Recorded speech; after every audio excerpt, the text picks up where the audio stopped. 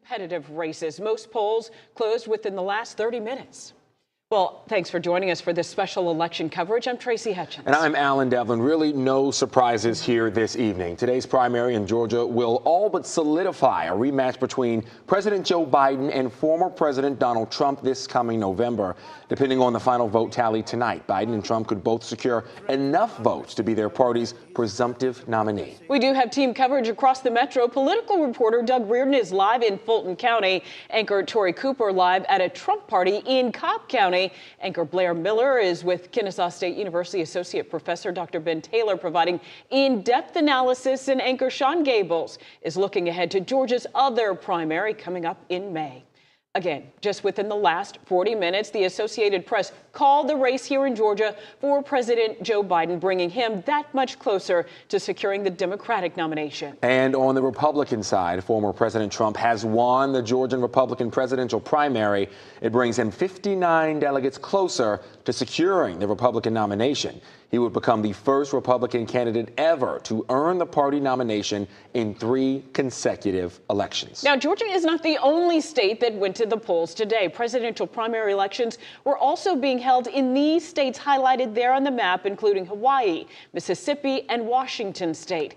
Atlanta News First political reporter Doug Reardon. He's live at the Fulton County Government Center for us tonight. And Doug, you spoke to Secretary of State Raffensberger earlier today. Yeah, we certainly did. They were well prepared for this election. It was the first time that the state was using their new election software. They said it went off without a hitch. All but just a handful of precincts opened up right on time this morning, and just about all of them, except for those same handful, will close or have closed already or in the next couple of minutes for those ones that open late. So a really which is what you want to hear on Election Day. Uneventful day here in Georgia, but certainly a day that a lot of people had their eyes on our state. Out of the other 3 primaries that were going on today in Mississippi, Washington State, and Hawaii, Georgia certainly was the biggest and most important prize of the day for these 2 presumptive presidential nominees, now official presidential nominees. The race was called for Joe Biden at 7:09, and then just 2 minutes later at 7:11 for former President Donald Trump. And so this is, again, more of a formality for these 2 men here, these old rivals who will likely face off again here in November, and that will be when the Jets really get turned on. We saw about 11% turnout today. Some of the early numbers that we're getting right now, as they're still being tallied up, about 750,000 Georgia voters, and that includes both the early returns and the day of returns. And so that is, again, just about 11% total, 4% voting in person today. We asked the Secretary of State a little earlier, what's the importance of voting on a day like today when really, as he mentioned in his own words, the results would be baked in and really well known before the voting even started. And he said, it's a responsibility that people have. It's a civic duty, and folks should be taking advantage of it. Here's what he told us. It's always relevant because your most priceless right is the right to vote. And I think you never want to diminish the franchise to vote. And so when you have an opportunity to vote, I encourage you to.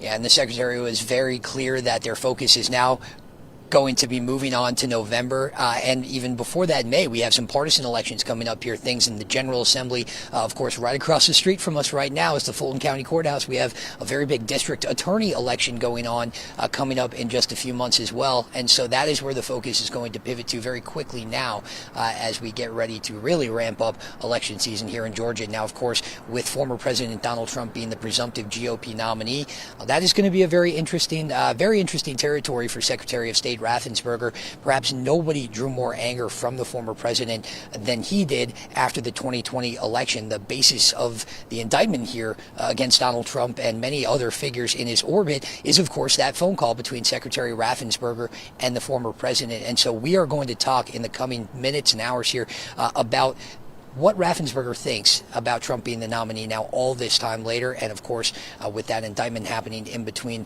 this most recent time, his name has been on the ballot in the last one, which was in 2020. Well, guys, we'll send it back to you for now. And Doug, wanted to ask you too, certainly Secretary of State Raffensberger understands that the nation's eyes are watching Georgia once again. We turn into this very pivotal state when it comes to a presidential election. We have at least in the one in 2020. So he knows the nation is focused on what happens here.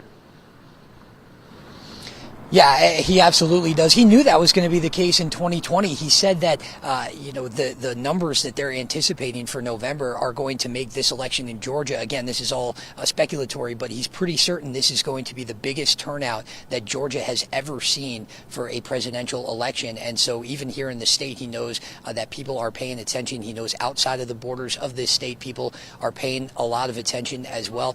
Georgia was what made the difference in 2020, right? It was that now infamous 11,780 vote difference, 79 vote difference, that essentially placed Joe Biden in the White House. So I think the prevailing thought is if that was the case in 2020, let's just be prepared for that to be the case in 2024 as well. Doug, thank you. And right now, Atlanta News First Tory Cooper is live at Adventure Outdoors in Smyrna, where a Trump victory party is being held. Tory, it's pretty easy to say that nobody there is surprised about what went down this evening. Very dedicated Trump supporters in this room, Alan, and most of them may not actually even know this just yet because they've been mingling, haven't been paying attention too much to the TV screen. They've really just been dialed into just shaking hands, having some food, and really just getting going. But their eyes are going to get pretty close to the television pretty soon because they are all anxiously awaiting to see what happens. But let me just walk you around the room a little bit because I want to bring to life what's happening here. Look at these paintings. These are by Kathy McGinn.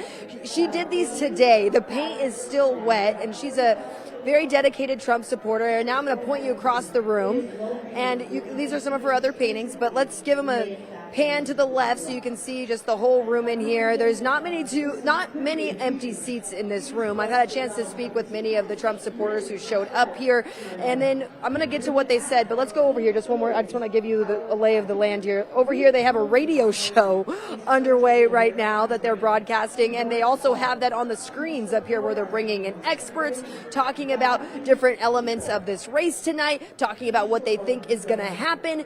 And so I've had a chance to speak with them and hear what they think is going to happen. Many of them are confident that former President Donald Trump was going to pull off a win and get the delegates that he needed for tonight and to be the Republican nominee for Georgia. And that's what we're seeing so far, even though early polling is showing that. And it is still the primary, so we do have to look forward to November. I did have a chance to talk with them a little bit about why they wanted to vote for former President Donald Trump. And they say many of the issues that they care about are immigration, the economy. They believe that he will be the best candidate to secure our borders. They also say that they really believe that his experience as a businessman is going to translate to our economy. Many of them were talking about the prices at the grocery store, the prices for fuel. They really think that Trump will be the one to make things better for the everyday American. Here's what one of the Trump supporters told me just moments ago. Everything he's doing is for the benefit of the American people, and everything he's doing will benefit the American people because it makes perfect management and financial sense. So another issue that they brought up was, of course, Augusta nursing student Laken Riley. They talked about how that devastated them and how they believe former President Donald Trump will be the one to make things better in terms of immigration in our country and securing our borders. They talked about numbers. They are all very, very anxious to see what's going to happen in November and, of course, what the results will be tonight. But we're going to let you hear more from Trump supporters and many people who showed up to the GOP watch party tonight later on in our newscast. So stick with us here. All right, Tory, thank you. And we do have some breaking news now just into the newsroom. President Joe Biden has clinched the Democratic nomination for the United States of America. He will be going on to battle what will likely be Donald Trump upcoming this November. Biden had 1,869 delegates going into today. He has crossed that 1,968 necessary delegates to win. Georgia, very much so, helped him get to that point. I want to bring in Atlanta News First anchor Blair Miller, who is with Dr. Ben Taylor, associate professor at Kennesaw State University, along with this news we just got, Blair. Yeah, we're all kind of digesting the information coming in. You know, one thing, Dr. Taylor, you and I have been talking about all day, no big surprises expected out of this. They talk about the clinching of the nominations. That's the big headline that's expected out of this, right? That's right. And that's the first step, right? There are FEC rules and fundraising regulations and various other aspects of campaign finance law that go along with this. So this is a very important step, and then the conventions come next. It obviously frees up a lot of the money that the candidates need to really be continuing their campaign, especially President Trump, right? That's right. That's right.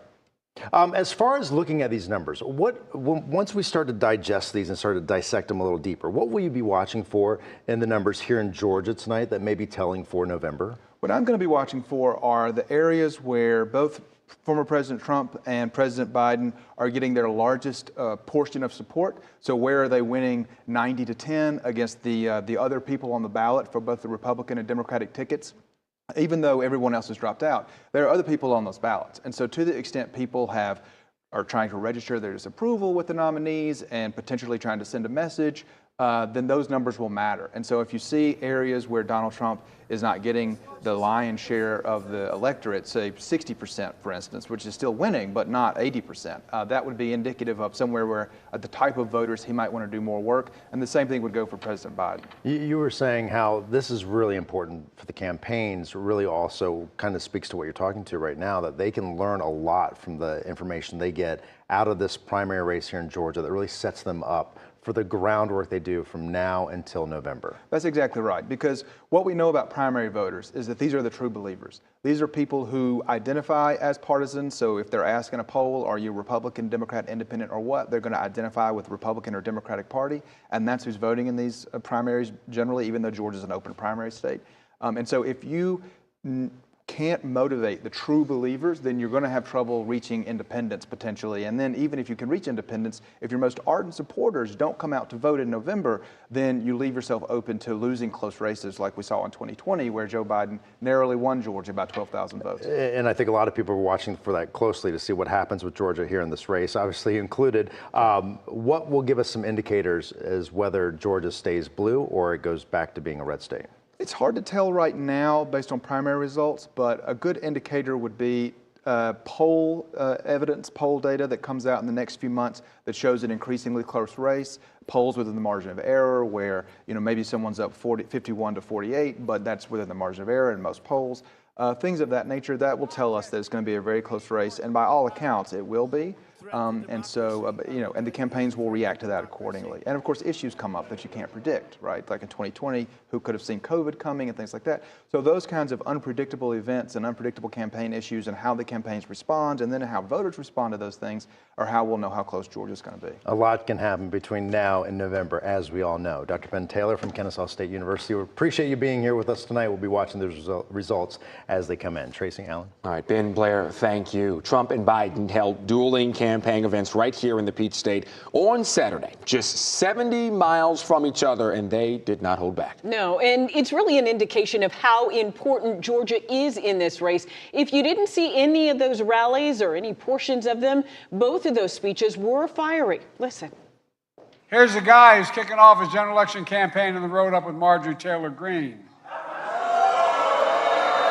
It can tell you a lot about a person who he keeps company with. And yesterday, he was hosting at his club, Viktor Orban, who says he doesn't think democracy works. Call him a fantastic leader. Seriously. He's been sucking up to win him. Anyway. Ago, we all heard Crooked Joe's angry, dark, hate-filled rant of a State of the Union address. Didn't it bring us together? Remember, he said, I'm going to bring the country together. Joe Biden gave the most divisive, partisan, radical, and extreme speech ever delivered by a president in that chamber, not even close. Rather than trying to bring our country together, he tried to cling to power by tearing our country apart. Joe Biden should not be shouting angrily at America. America should be shouting angrily at Joe Biden. Yeah, both Biden and Trump really coming out swinging, taking personal shots at each other. Really an indication of how, I don't want to say messy, but it might just get messy. It might just be messy. This election, this general election will be come November. So we have many more months ahead. All right. So as the general election comes into focus, a new CBS News battleground poll just released today shows former President Trump leading Biden narrowly here in Georgia. Now, Trump is just ahead of Biden in likely voters' current preferences. Trump has 51% support to Biden's 48%. That 3-point lead is within the margin of error, meaning voter choice is a toss-up right now. However, the poll also shows more voters who choose Biden back in the 2020 election, or chose, I should say, are now thinking of voting for Trump this coming year in 2024. Roughly 7% of those who voted Biden 4 years ago are planning to vote Trump this year.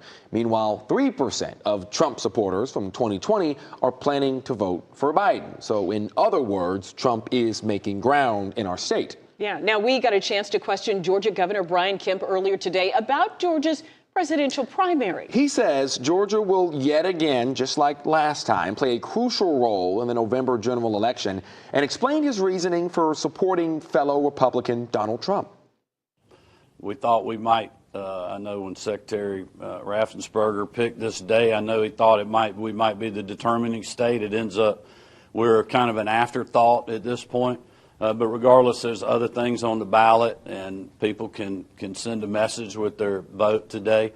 But the real action is going to be happening here in November, and I know we're preparing for that and looking forward to it. It's going to be a crazy election season for sure. And who are you supporting, Governor?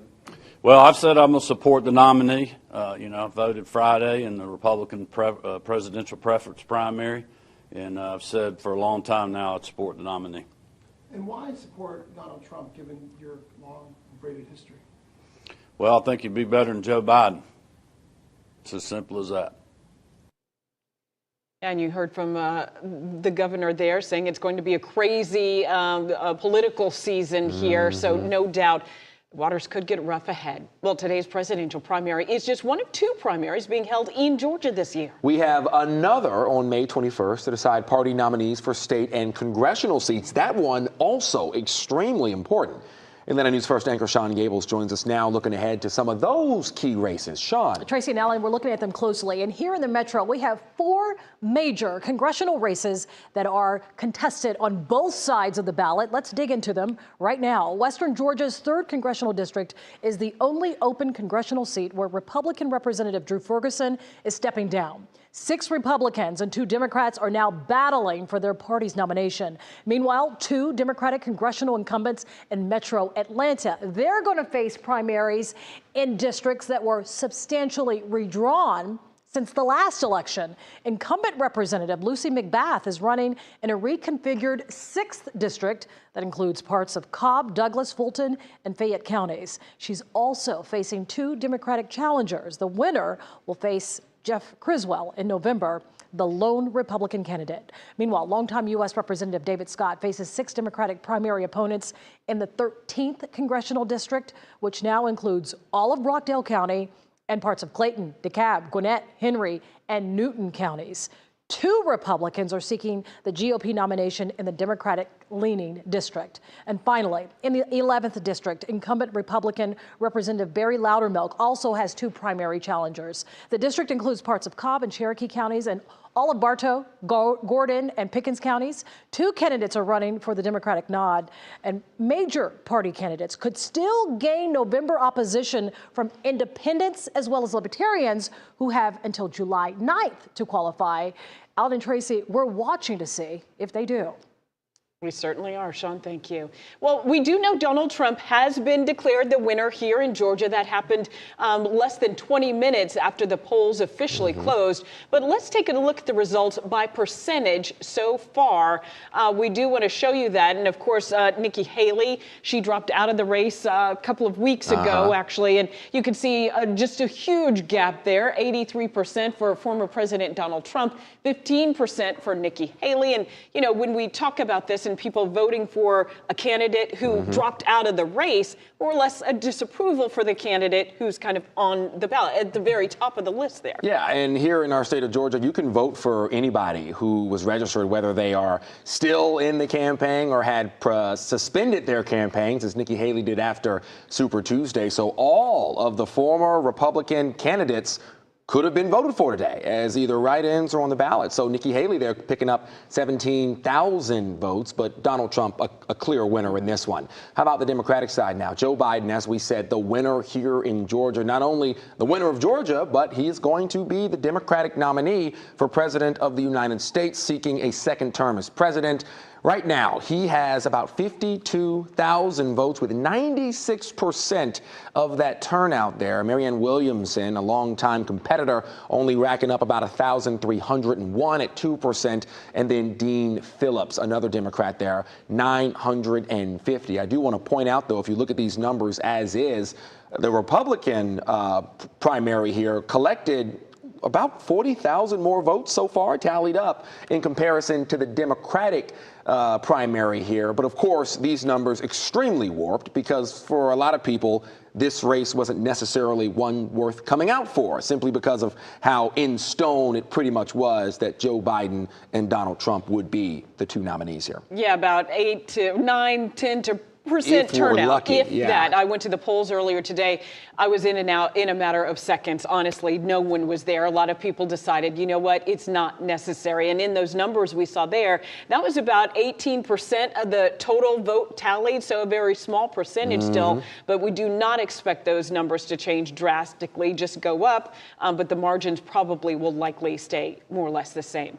All right, we do want to head out to Atlanta News First political reporter Doug Reardon. He's live at the Fulton County Government Center. And Doug, we were speaking before. You had an opportunity to speak to Secretary of State Brad Raffensberger. And interestingly enough, he has lived through this scenario in the 2020 election, and it's likely this is what will happen again. We will have incumbent President Biden going up against former President Donald Trump. Yeah, I would suspect that by the end of the night, we know that Joe Biden has secured his renomination for the White House. But I would also suspect by the end of the night that we would see former President Donald Trump do exactly the same, setting up a rematch here in November in Georgia, one that a lot of people might suspect would be an absolute nightmare for Secretary of State Brad Raffensperger. Of course, if you remember, after the 2020 election, the former president, Donald Trump, turned his sights on Georgia as a place that might be an opportunity to overturn the election results and get him back into the White House. Of course, Raffensperger was one of those stalwarts of government that stood in the way and said that is not going to happen, even after that phone call that is now the center of the criminal indictment here against former President Trump and so many others, where he asked Raffensperger to, quote, find him 11,780 votes, which would have been what he needed to win the state of Georgia by just one vote. It kicked off the criminal investigation here. And of course, Raffensperger was the center of so many threats and so many issues after the phone call went public, and of course has continued to be since this indictment has played out here in Fulton County. And so we asked him today, we said, you know, we're now 4 years along.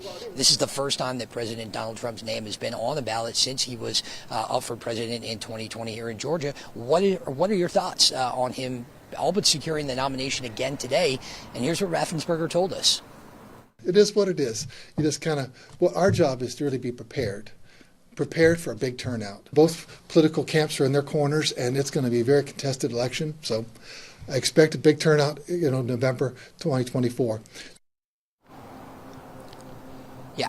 And, I've asked Raffensperger many, many times about Trump and his influence and the possibility that this exact night might happen where he might secure the nomination again. And he really is very staunch in not trying to make the focus about Donald Trump. He is always pivoting to talking about what Georgia is doing to make it easier and more secure for Georgians to cast a ballot. And so that is not unlike him to try and move the focus away from Trump himself and on to the actual process of the election. And so as you heard him say there, they're now kind of turning their focus to November. And before that, the other primary that we have coming up in May, where we have some General Assembly seats up for grabs, we have some district attorney and some judge seats up for grabs. And so that's going to be a very big day. I think we all knew what was going to happen by the end of tonight. But now the Secretary of State is saying he really wants to make the focus on the upcoming elections, with today kind of in the rearview mirror, guys. And I'm sure that's exactly what will be happening. Here we go again for the most part. Doug, you mentioned that you've been having on and off conversations with the Secretary of State here for the last several weeks. We all knew tonight was going to happen. We all know we're now marching directly towards November, which will be that rematch. The Secretary of State said, it is what it is. But in your conversations, have you sensed any form of anxiety about what may be coming with this rematch from the Secretary of State or anybody else involved with the Fulton County Elections Office? Yeah, you know, I think that wouldn't be the type of thing, right, that somebody would say explicitly, but we certainly can sense that there is a lot of trepidation among election officials given what happened last time in 2020. Like I said, the Secretary of State really likes to stay out of that. He, of course, obviously his race is a partisan one, but he has been very good about steering away from what happened in 2020. But let's just put it this way. I mean, he was really the center of Trump's anger after he refused to turn over the results here in Georgia in 2020. I mean, he received threats from all over the country. His house was doxxed. It was actually staked out by members of a far-right militia on multiple occasions. And so you have to imagine that there is, of course, some level of fear, some level of trepidation from the Secretary of State's office, even if he's not admitting it outright, because of exactly what happened after the 2020 election. It was very hard on him. It was very hard on his family. And so, you know, no matter what happens in November 2024, you would hope that that is not something that we see repeated. All right, Doug, thank you. We'll be back to you in just a little bit. Another one of our reporters who are out right now, Atlanta News First anchor Tory Cooper, who's live back at that Adventure Outdoors in Smyrna, where Trump voters, Trump supporters are celebrating a big victory here tonight. Tory, the last time we spoke to you, Trump had just won. Maybe the room wasn't necessarily aware yet. No surprise there. Has that atmosphere changed at all in the last, say, 15 to 20 minutes? Alan, you are certainly following along, but now they're starting to get word because I've had a chance to say, hey, we're getting some results in right now, talked a little bit about it with them, and then got their reaction. So let's talk about what some of the people in this room are saying right now. I've had a chance to speak with many of them and let them know, and they said, look, Trump's one of the greatest presidents to ever live. That's something I heard. They said the economy was better when he was in office. They said we need Trump back in office so that he can complete the wall. They also said that immigration is playing a big role in this election this year, and they really want to see Trump back in office so that they can see changes at the border. Now, I also spoke to an artist who has a picture of former President Donald Trump over there that she painted today. Let's see if we can walk over there while I talk about some of the other stuff. But she was talking about how she chose to do the picture of former President Donald Trump because of how much she loves him as a candidate. She says she prays for him every night. She also says that she casted her vote for him tonight, and you can imagine. She said that this picture, let's see if you can zoom into it. She says the picture, his mugshot, really represents what she calls the weaponized government. She was referring to the indictment for former President Donald Trump and the 18 other co-defendants, as you know, and that's been another conversation here that's been taking place in this room. But overall, the voters in this room were confident, Alan, that this was going to happen. So you say they're celebrating, but they anticipated that they were going to be celebrating tonight. They believed that he was going to get enough delegates to pull off a win in Georgia for the Republican nominee. And we've seen what's taken place last Tuesday in other states, and now we're getting our first look at what we might see in November. I've talked to other voters, though, in Georgia. I went to another polling location in Cobb County, and of course not everyone wanted to share their vote with me, but some people were talking just in general terms about the race. And it's important to also acknowledge those other voices in the room that are all across our state tonight. And one of the voters I spoke to, it's important to share what she said. She told me that she's really anxious to see what's going to happen because of what happened last year in Georgia. She's anxious to see if the tide is going to turn for Donald Trump this year in terms of who pulls out a win. And also there are people in this room who voted for President Joe Biden last year. They told me that, and it was the artist, actually, and she said she's now switching over, and now she is voting for former President Donald Trump this time around. So it will be interesting to see if there are more voters like that this time around. So we're following this really closely. I know that you guys are in the newsroom getting numbers and stuff, but I've had a chance to speak with many voters. Many people were really anxious to get out today, and I'm from California, so most people don't anticipate the race as much. But when you're in a state like Georgia, when it can go either way, when I go up to voters and I talk to them, I'm anxious to know what brought you out today. And they say, I know my vote matters in Georgia. I know that every single vote matters, and that's why I want to make my voice heard. So we're going to see what the final tally is up tonight, but it looks like it's going to be a rematch, and people in this room are excited about it, and they anticipated a victory for former President Donald Trump. Alan? And Tory, let me ask you a question before we let you go. It's interesting that you brought up the painter's choice there and really how the tide has changed in the last 4 years, the landscape really changing. And for a lot of the people that I'm sure you've talked to, it's really about those pocketbook issues, right? Like how much do my groceries cost, my rent, my mortgage, my taxes, all those things that are directly affecting them. That's impacting their decision when they go to the polls, isn't it? Excellent point there, Tracy, because I did have a chance to speak with the voters before the watch party started, and they were outside, Tracy, talking about oil prices. They were talking about prices at the grocery store. The man outside who had the Trump bus, I've actually interviewed Danny before, and he said, look, I had to consolidate 3 of my businesses. I lost my restaurant. I know people who can't buy a home right now. And then, I mentioned that there are voters on both sides that feel that way about the economy. They're paying attention to those price tags. He says right now he just wants to see change. And that's essentially what they were talking about. But that's not the only issue that they also really talked to me about outside. They talked about Laken Riley, the Augusta nursing student who unfortunately was killed on the University of Georgia's campus. They have a picture of her up across the room over there, and you're not going to be able to see it, but it is across the room. They were taking pictures with it, and they were talking about how that hit home for a lot of them because it happened right here in Georgia, and they talked about the fact that both candidates have had their own messaging to the community about Laken Riley and what took place here in Georgia, and that has played into the voters' hearts here in this room. That has played into why many of them told me that they voted for former President Donald Trump today.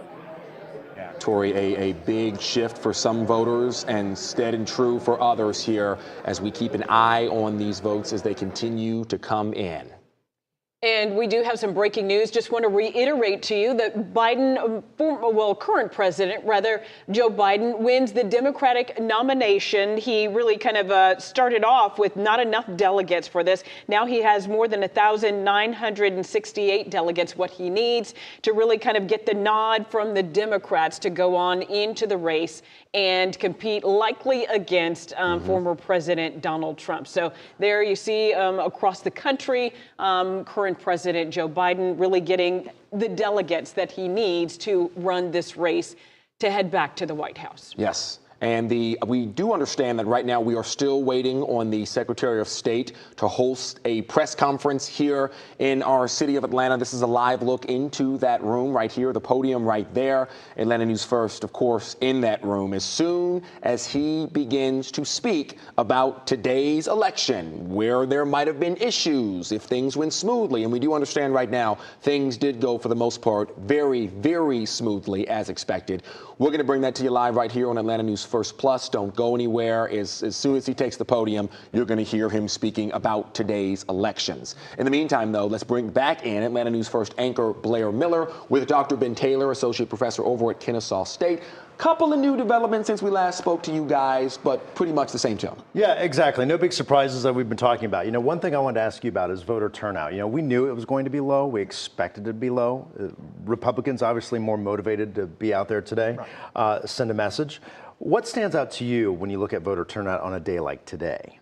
Well, as we've noted earlier in the broadcast, that this is the presidential primary. So the only race on the ballot is the presidential election. And while that's a big ticket item and a lot of people get motivated to go vote for those individuals, it's the only thing. And so a lot of people don't feel like it's worth their time or effort. And so that's why you see turnout at a 9% range. So it's just very much to be expected. We hear so much, and Alan and Tracy were talking about this, we hear so much about what it's going to be like here in Georgia over the next few months as we lead up to November. We all know what it was like 4 years ago, and in the months after the election, what it was like, and still is when it comes to this issue. How key is Georgia going to be, and how nasty is it going to be here in this state? I would say that for those of us who like campaign ads, it is going to be a great, great time. But if you don't like campaign ads, you might want to mute your TV more than you normally would. So it's going to be extremely nasty. We're just going to be inundated. Every commercial break is going to have TV ads. All of your social media feeds are going to be filled with ads. There are going to be ads in every website you visit. And it's going to be pretty brutal. And then, of course, what the campaigns are going to try to do is they're going to try to tell a story about why they should be elected. And so usually the arc that happens is you start off sort of really negative, and then over the course of the fall, when people start really paying attention, which is somewhere around Labor Day, you'll start seeing the Trump and Biden campaigns offer sort of their vision for the future, right? But until then, it's going to be real rough. How closely do you look at the Nikki Haley factor in all this, considering both President Trump and President Biden have said in the last week, we want those voters to come to us. And even tonight, looking at some of the early numbers, she was getting about 15% of the vote early on. I'm not sure exactly where that is at this point, but what's your takeaway with that, and how important is that? Well, the bottom line is that if you look at where the primaries have been held up to now, there are definitely pockets of GOP voters that are very sort of what we might think of as Haley voters, these more moderate suburban type voters who see themselves as Republicans but are disenchanted with the Trump administration from 4 years ago and are sort of concerned about him again as the nominee. And so those voters need to be persuaded by the Trump folks, and the Biden people think that they can win them over.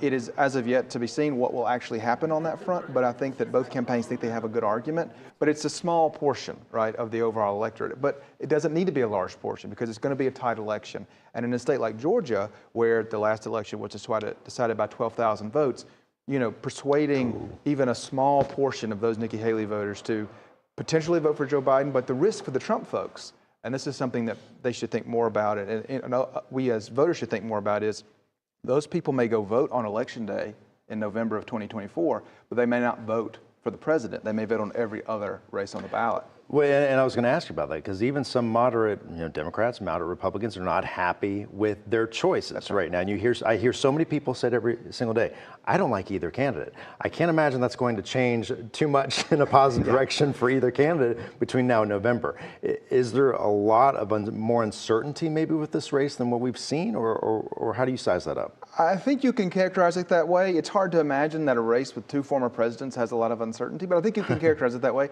And I think the main thing to consider is that both candidates, their campaigns think that voters who are undecided or who are independent or moderate voters who typically are less politically interested and don't really engage in politics that much, and so they may vote in presidential elections but not much else, those voters are not yet paying attention. So the campaigns are their plan is to reintroduce the candidates to them over the course of the summer and into the fall, so that by the time the fall rolls around and early voting opens up, that those voters are decided, that they will vote on that race, even if they may not love either of those candidates, but they say, well, I'd rather have this person than the other person, right? When it comes to the issues, we heard from Tory Cooper, who was talking to voters there at the Trump watch party tonight, that the economy is number one. Right. We've seen some new polling that came out here in the last couple of days. Yes. The economy is number one. That's right. That's likely not going to change between now and then. How significant is that for an incumbent to battle, or anyone to battle who's running in this race? Well, the bottom line is the best predictor of incumbent party vote share is actually the national economic condition, like GDP, actually. Sure. We've known this for 70 years. And so to the extent that if you're the Biden campaign, what you want is positive economic indicators, GDP growth. You want inflation to tame or come down, of course. If those things happen, then they're going to be touting the economy, right? They're going to talk about wage gains. They're going to talk about the robust American economy coming out of COVID. And the Trump folks, if we recall, during the Trump administration, they similarly had a robust economy, and then COVID came along and took the wind out of everything, but particularly the economy. And so they want people to remember that. Look how great we did on the economy when we were in office the first time. So I think, in a sense, both campaigns are wary of the economy because there is a way that those economic stories could turn against them, but they think that their message is going to be the one that is the more attractive to those independent voters who are worried about the economy. As far as Georgia is concerned, and with the legal issues that former President Trump is facing here in Atlanta and Fulton County, how much of that do you think could influence either side as we get closer to November? And I know so much of it has to do with timing, too. Yes, of course. So it's hard to say exactly because we don't know if and when former President Trump will actually stand trial for any of these things. But there are some 90 some odd counts of criminal indictments against him across the country in various levels of courts. And the Biden campaign, their plan probably is that most voters don't really understand all of that and haven't been paying close attention to it. People who care about politics have, perhaps. If you're a big Democrat, of course you know about it. If you're Republican, you may think it's all a bunch of hogwash. But the bottom line is that the Biden campaign's bet is that moderate independent voters, who are the classic swing voters, they don't know much about it. And so they want to tell people about it. And the Trump folks probably just want to make the case that this is all, nonsense, right? That there's no there. And so whoever wins that argument is going to come out better. But my sense is that more delays probably help former President Trump's campaign because it adds a level of uncertainty to that. Yeah, a lot of uncertainty on both sides. Thank you. Dr. Ben Taylor joining us from Kennesaw State University. Walk us through as these results come in. Do appreciate you being here with us tonight. Tracy, Alan? Blair, Dr. Taylor, thank you. Well, the outcomes of these presidential primaries may be predictable, but the November election is anything but. Anything but. Let's bring in Atlanta News First Washington correspondent Josh Raffensberger live from D.C. tonight. So, Josh, Donald Trump still looking to receive the required number of delegates to effectively wrap up his party nomination. Joe Biden has already done so with the win in Georgia. What's the significance of tonight moving forward? This is entirely significant, Alan and Tracy. Thanks for having me. Look, not just the fact that this is a crazy moment, that we're facing a former president and a president, but 70 to 75% of this country does not want to see this rematch. Poll after poll shows that, but there is historical significance here. This is the first rematch since 1956. It's the first time since 1912 that you'll have a former president running, and it's the first time since 1892 that you'll have the former president against the president. So with that said, look, as you guys just got done highlighting there, former President Donald Trump's also about to become the first nominee of either party to be criminally indicted, and he's going to face his first trial in a couple of weeks up in New York City. We'll see if he actually faces one down in Georgia before the election, but for the next 238 days, not that anybody's counting, it's going to be pretty nasty on the campaign trail between these two. And Josh, both candidates have really been hot and heavy on the campaign trail, both making a stop this past weekend here in Georgia. And one of those key topics was actually immigration. Actually, Josh Raffensberger, you were there live in D.C. We're going to get back to you in just a second. Right now, we want to go to downtown Atlanta, where Secretary of State Brad Raffensberger giving a press conference on today's primary results. Shout out to one of our counties. As you saw probably at 7:02, all of a sudden there was results coming in, and that was Floyd County up in Rome. So we do want to give them a shout out because what we have in Georgia, it's a good competition. It's a race to the top. Each of those counties are just trying to outperform the other one, and so that 7:02 will be a tough record to beat. But we're just really excited about all the hard work that the counties have done. And I'm also really, really excited and very grateful for the work that our team has put into it. As you know, we have about 20 people in our team. North Carolina, I understand, has 72 in their elections office. So you think about what we can accomplish with those 20 folks. It's absolutely amazing. And this is actually our first election using Jarvis. And that's our new election management system, voter registration system. And it's worked really fantastic. I couldn't be more pleased with the results, but also the work and effort really to get it standing up so quickly. So we're looking forward to seeing that utilized not just for this year, for the May primary, November, but for the next, decade to come, because it's a system that you can actually continue to improve on it as there's additional needs or wants that we get from both state law or voter preferences on how we vote. I want to also let everyone know that your vote is secure, and election security has been my top concern from day one. And since 2020, some of the things that we've improved on, we think, I strongly believe, is number one, we have photo ID for absentee voting. And by doing that, I believe, have elevated the security, but also the confidence in that process. So voters in Georgia can choose how they want to vote, no excuse absentee voting, 17 days of early voting, or election day. We had a good turnout today. Back last Tuesday, we had 50,000 people show up during the early voting cycle. That was our big day for the week. So what we've seen so far is, the results are coming in, and we'll get those all posted. But I think it's pretty safe to see that in this state of Georgia, that President Biden will be carrying the Democrat nomination, and it looks like former President Trump will be carrying the Republican state of Georgia. So it's looks like it'll be those two from the state of Georgia, and looks like they both have secured their delegate counts today. So that's the politics of it. Our job is to make sure we have fair, honest elections, so don't go into the politics too much. But that's where we are right now. I guess now, if anyone had any questions, just kind of put your hand up and let me see who you are. Yes, sir.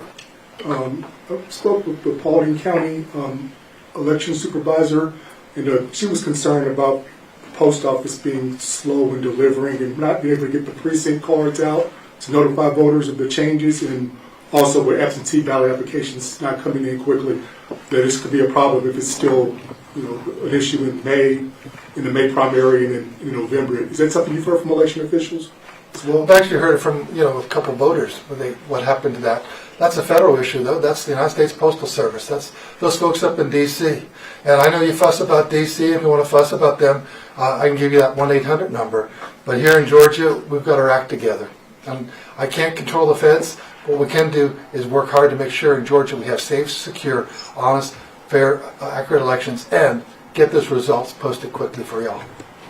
Some of the numbers that we started to see, how many people came out early and today, and I know you had talked about preparing for 6 million voters again in November. How do we prepare in the meantime?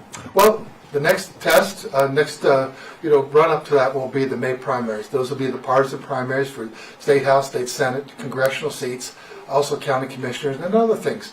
Fulton County, you actually vote for your county surveyor. Down in Glenn County, they have the water and sewer board. So there'll be those races like that, but that'll just be a higher participation. So today, right now, we're about 11 to 12%. Depends if you're saying total registered voters or total active voters.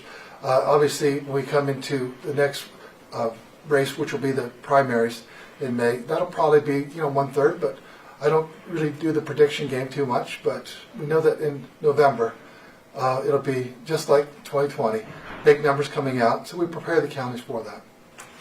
Mr. Secretary, can you talk about the getting Jarvis ready for the rollout for all 159 counties? I know the last election it was for municipals, but doing it statewide now. Yeah, but when we did the municipals, we had about 139 counties in that range, and now we're up to the full load of 159 counties. So all the counties are fully utilizing Jarvis, and so it's really allowed us to be uniform throughout the entire state. It helps us on training, also helps the counties, because we know what all the issues could be, and any question one has, maybe the other one has. It's just it makes us more efficient. So that's a good process, and the counties have just responded favorably and have done a great job with it. Well, that being it, did you have one more? I know there are a lot of bills in the House and the Senate that you have thrown your support behind when it comes to elections. Is there anything that you really feel like you want to see passed in order to help when it comes to November? Well, if you talk to the average Georgian, you know what their number one concern is? After it's, I think that people are worried about inflation, but number one is actually the out of control border situation we have. And what fills right in there that actually comes into our wheelhouse is non-citizen voting. People are concerned about that. In fact, what's really interesting, many people aren't aware of that, so I'll mention it here. But the New Georgia Project, which was founded by Stacey Abrams and other organizations, are suing us right now to stop us from doing citizenship verification before we put people on the voter rolls. And if people get on the voter rolls that are not citizens, then they'll end up being voters at some point. And I want to make sure that only American citizens are voting in our elections. That's why I've asked the General Assembly to pass a constitutional amendment that only American citizens should vote. But also that's why I'm going to take that lawsuit and we're going to fight that all the way to the Supreme Court to make sure that your priceless franchise to vote as an American citizen is not diminished by non-citizen voting. Number two, it's interesting, but the federal government has a prohibition against voting against foreign funding of federal elections. But in the state of Georgia, there's no prohibition. And so I've asked the General Assembly, and it looks like it's moving through both chambers to stop foreign funding of state elections here in Georgia. We think that's really key. And then kind of following along with that, if you're a lobbyist working or a consultant working for some foreign entity like Iran, China, Korea, Russia, but a foreign entity, We believe that you should have to register and identify who you are working for. We think in the interest of transparency, we think that's a good thing. And so that's what voters' number one concern is. With this out-of-control border situation, people want to make sure that only American citizens are voting. And the reason that court case is so important is because when I stood before you after 2020 and also 2022, I could tell you, non-Americans, non-citizens did not vote. The only person that voted in these elections were American citizens. And that gives voters confidence that they know that American elections in Georgia are decided by American citizens, and that's the way it should be. Has there been any evidence of non-citizen voting within Georgia? No, and that's a good thing because we have one of the strongest, robust citizenship verifications. Because we utilize the Department of Driver Services, they actually do a robust citizenship check. We are actually a real ID compliant state, and we've been that since 2012. And by doing that, we make sure that we don't have non-citizens on the voter rolls. So if there's a question about citizenship, then they actually go back, to that potential person who wants registration or asks for registration. And we can also check it against the SAVE database. We've actually done a full scrub, and we reported about 18 months ago, and we identified at that point 1,600 people approximately 1,600 that tried to register that we could not verify citizenship. So we just continue to try and whittle that list down to make sure, have they changed their status now? Have they actually become naturalized and become an American citizen? By doing that, that's why I can stand before you and say non-citizens are not voting in the state of Georgia. And I think that's really important. But if there's all of these systems in place, what does this constitutional amendment add? Because the Constitution of Georgia says that all American citizens can vote. It does not talk about non-citizens. And that's why this lawsuits from the people for the Coalition for the People's Agenda and the New Georgia Project and other left-wing organizations are pushing us to not being able to do citizenship verification. So non-citizens could actually put on, if we use their language that they're trying to propose, as long as someone just says, hey, I'm an American citizen, we're supposed to put them on? No, I believe that you have to have verification. Verification builds trust. Without verification, you won't have trust. And when you have a polarized society, if you can't build trust, you really kind of start pulling society apart. We have to look at ways we can pull together with common sense. That's why we have photo ID for all forms of voting. But that's also why we have 17 days early voting, 3 weeks, 2 Saturdays, plus Election Day. Tell the counties, we're going to work with you to keep those lines shorter than 1 hour on Election Day, so you have a great voter experience. Everything we've done is appropriate guardrails of accessibility with security, with elections that trust. And that's what UGA, when they did a poll after the 2022 election, over 90% trusted the results they had in Georgia. Thank you, ma'am. Do you plan to publicly support a presidential nominee? You've been listening to Secretary of State Brad Raffensberger give an evening press conference really about today's primary election. Things running smoothly. The Secretary of State emphasizing that your vote is secure if you headed out to the polls today. That's really the key issue he wanted to get across. No major issues. I think there were a couple of polling sites that had some issues. They started a little bit later. They stayed open a little bit later as well to make sure all those people got in there. Also talked about 159 counties across Georgia now all on the same system. That way we can get that information that much faster. One of our reporters, Abby Koussouris, Atlanta News First, Abby Koussouris, they're in that press conference asking questions of the Secretary of State and really talking about what's happened today and really no major issues. That's the good news here. That is the great news, and that is exactly what you want in uneventful Election Day. We've got some breaking news just into the newsroom a little bit west of our state here. Both Biden and Trump have won the Mississippi presidential primary. So, of course, Joe Biden did not need Mississippi to already secure the Democratic nomination for president. Donald Trump, however, continues to need to rack up these votes as expected he will do. He has not secured the Republican presidential primary just yet. He is about 40 delegates short at this point, even with the Mississippi win there. We are still waiting on Washington State, and we are waiting on Hawaii. A big time difference there, so those polls won't be closing for at least another 2 hours or hour and a half or so as we wait for those states to come in. Yeah, in the meantime, Atlanta News First political reporter Doug Reardon, he was listening to that press conference as well by Secretary of State Raffensberger. He's live outside the Fulton County Government Center. And Doug, it sounds like things really have gone smoothly, even with about 9 or 10% turnout for this primary election today. Right, and we expected that anyways. It was just a very healthy mix of voter apathy and the fact that this is very likely going to be end up being a rematch here in November. A lot of folks kind of anticipated that, and so they didn't show out. Now, we did have about 4% in-person turnout today over an overall 11% turnout, I think somewhere around there. So that really goes to show, and the Secretary noted it there just a minute ago, 17 days of early in-person voting. People in Georgia really are taking advantage of that. A number of months ago, we covered a study that showed that Georgia is one of the most heavily active early voting states in the entire nation out of the states that have it. And so that certainly held true in this particular election. I just want to remind everybody that we also have another election coming up in May. The Secretary said that now his attention and his team's attention will kind of pivot to that really crucial primary that is going to feature a number of open House seats, a number of open state Senate seats, and including the Fulton County District Attorney seat as well. That's going on in May, and so I just want to alert people to that. People are going to want to show out for that one because there are some very consequential races on that ballot, and I know the Secretary said that they are getting ready for that. Right now, as the polls are closing on this election, they're already thinking about the next one. I also want to point to a poll as we kind of prepare for that November 2024 election that came out today showing that Donald Trump has a 51 to 48% lead over Joe Biden in our state. That is starkly different than some poll numbers that we had seen from even just a couple of months ago where Biden had a slight edge over Trump in the state. And so there it is for you. It's a really interesting flip that we've seen because nothing's really changed as this indictment, of course, here in Fulton County has continued to go on. The president really hasn't lost much support, and we saw him even mobilize some of his supporters on Saturday in Rome, Georgia, when he was here for a rally. And so how are things going to play out over the next couple of months before this general election? That is going to be a very good question. We're going to be keeping a close eye on it, guys. We'll send it back to you for now. You know, Atlanta News First is going to be there every step of the way, all the way through November. Doug, thank you.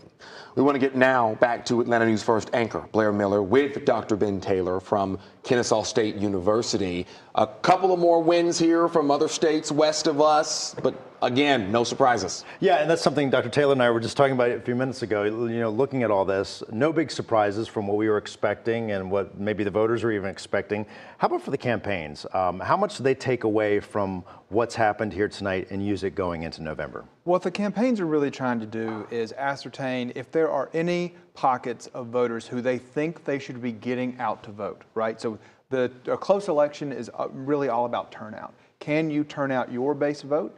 And can you turn out the marginal party identifiers? And so if you have a primary election, which these are the truest believers, if you have pockets of voters who are not turning out to vote, you need to figure out why. Why did that? Maybe it was because it wasn't a competitive election. Fair enough. So how do you find a way to motivate them to turn out for a candidate who they may not be so enthusiastic about? So what should we expect from these candidates as far as the visits, the volume of visits that they make here to Georgia to appeal to those voters you're talking about? Yeah, I think both campaigns are going to basically live in Georgia. Like somebody from the campaign is going to be here all the time, surrogates, members of Congress, former elected officials, former governors, and what have you.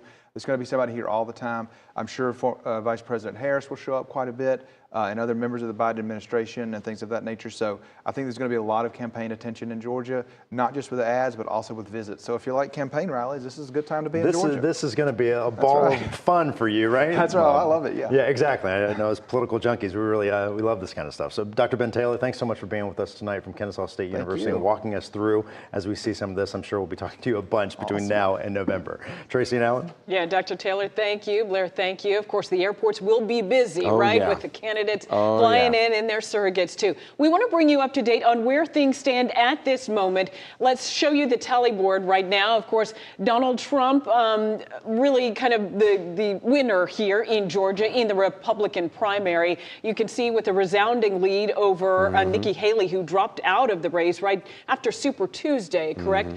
So there's no surprise there. So the projected winner here in Georgia. And on the Democratic side, Joe Biden, the winner in Georgia. He's the primary vote getter over Dean Phillips and Marianne Williamson. Not much of a contest here. Biden up well over 150,000 votes on both candidates. Both Phillips and Williamson are also no longer campaigning, but here in Georgia, you can put anybody on the ballot. Well, you've been watching special coverage of the Georgia presidential primary election. Be sure to tune in to Atlanta News First at 10 o'clock on Peachtree TV and Atlanta News First at 11. We'll see you then.